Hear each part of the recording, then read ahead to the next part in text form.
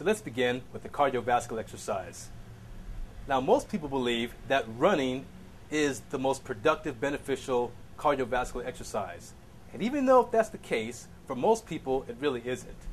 Most of us aren't conditioned to handle the wear and tear of running as much as it needs to be done to really change your body type. So we're going to scale down a little bit the exercise chart and do some jump roping. Jump roping is a tremendous substitute to running, and you can kick up the heart rate and prevent injuries as well. To begin, we're not going to use the jump rope. What we're going to do instead is we're going to prepare the body to actually jump continuously in one place for about 10 to 20 seconds. Then we're going to switch it up a little bit and try to move the hips back and forth, side to side, and go a little bit longer. Now, of course, we're going to take a break, let the body relax. I'll also show you how to breathe and how to set yourself up on a program that can make the conditioning easier. Let's begin by just jumping in place for a few seconds. Now, we normally start with our feet about hips width or about 6 inches apart. Make sure that you're on a nice, comfortable surface and that you have a comfortable pair of shoes on as well. Please avoid jumping barefoot. When we jump up and down, we only need to jump high enough to clear about a half an inch or so. And we want to try to stay on the balls of our feet. It's almost like a dance move.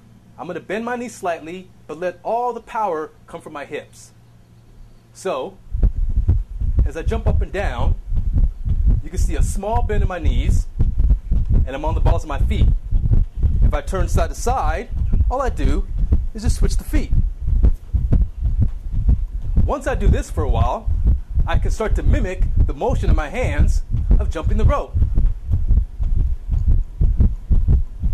And then we relax. Now, in between those sets, we're going to breathe correctly to make sure that there's enough oxygen in the blood to give us some real good muscle contraction. So when we take our breaths, we want to inhale through our nose and then exhale through our mouth. That way, we can get the carbon dioxide out of our body and utilize the oxygen that's already there. So we do that about 3 times.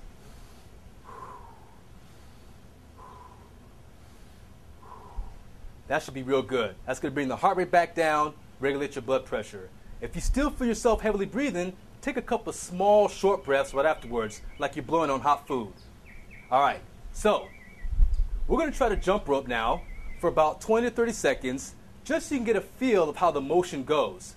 Now, before we begin, we have to make sure that equipment fits us correctly.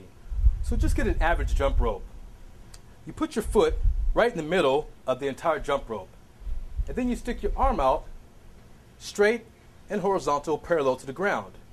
If the handle can reach your armpit, then it's an ideal size for you. It's okay if it's a little bit longer. But if it reaches down too short, then obviously it's not going to clear your head.